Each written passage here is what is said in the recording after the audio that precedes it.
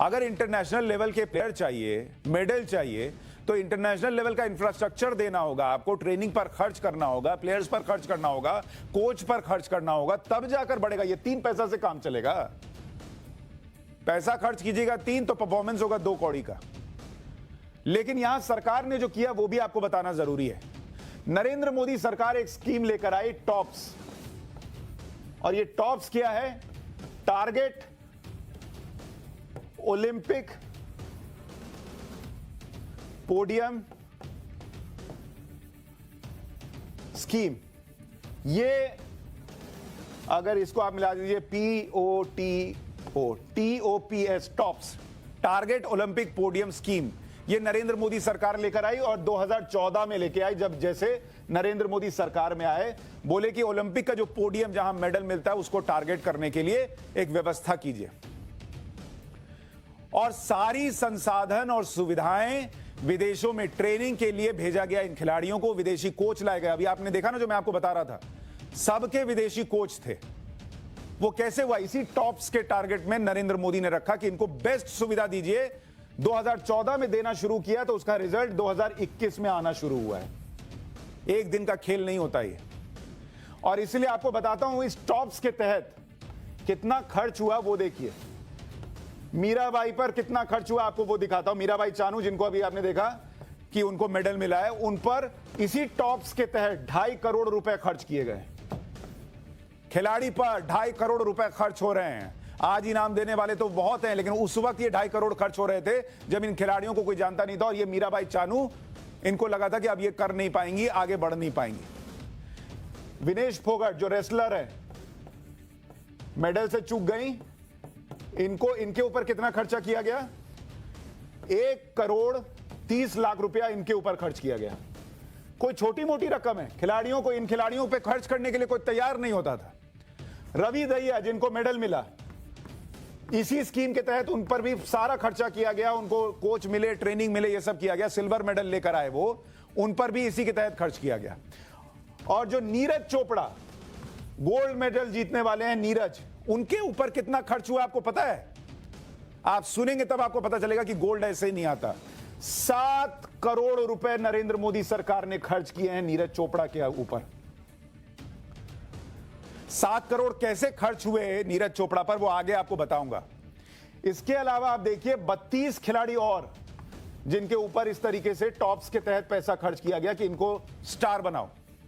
और इन 32 खिलाड़ियों पर 44 करोड़ रुपए अलग से खर्च किए गए। रियो ओलंपिक के बाद खेल मंत्रालय ने कुल 1170 करोड़ रुपए खर्च किए इन खिलाड़ियों के ऊपर। रियो ओलंपिक के बाद की बात बता रहा हूं।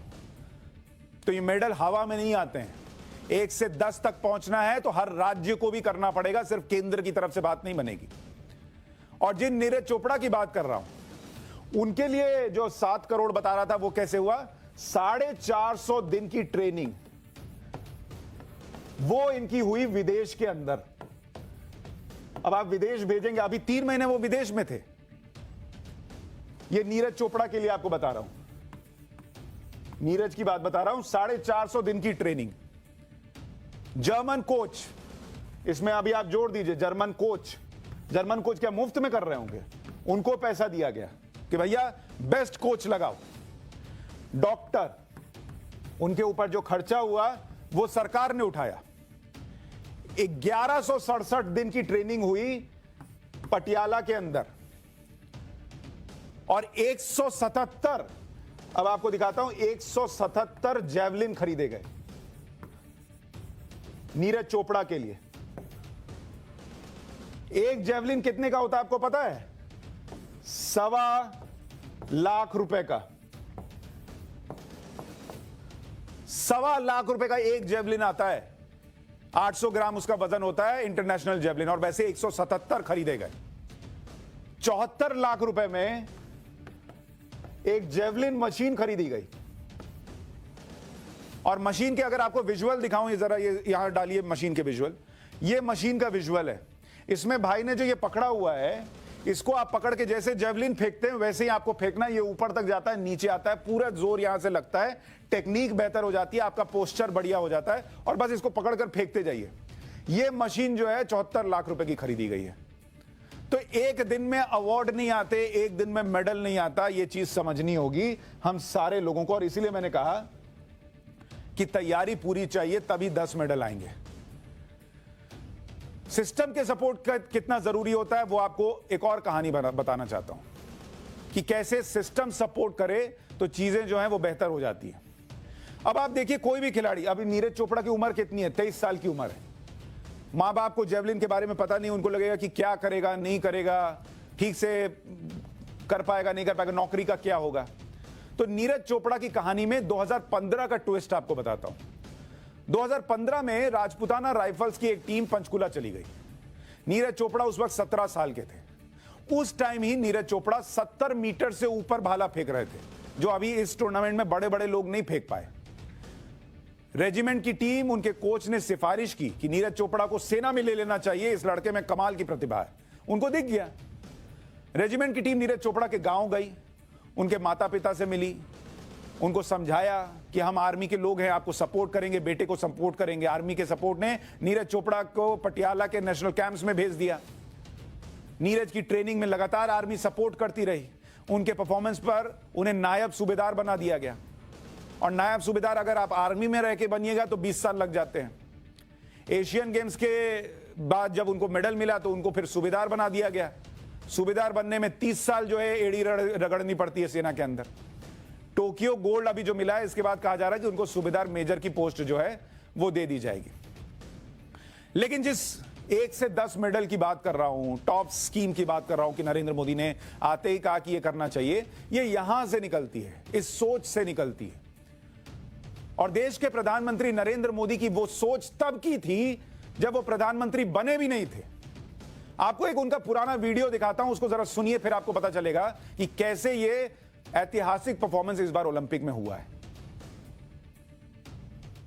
जब भी ओलंपिक गेम्स होती हैं, इतना बड़ा देश गोल्ड मेडल नहीं मिला, इतना बड़ा देश मेडल नहीं मिला, फलाना देश ये कर गया, ढिकना देश ये कहेगा।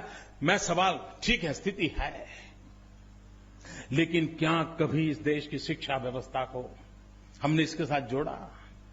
हमारी युवा पीढ़ी को हमने अवसर दिया?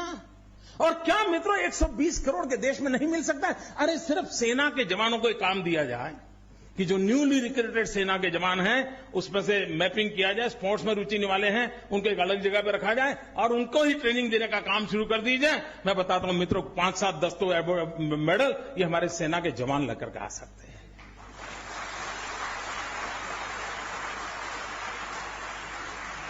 सोच जो ये मित्रों, सोच चाहिए, सोच। ये प्रधानमंत्री नरेंद्र मोदी को आप सुन रहे थे।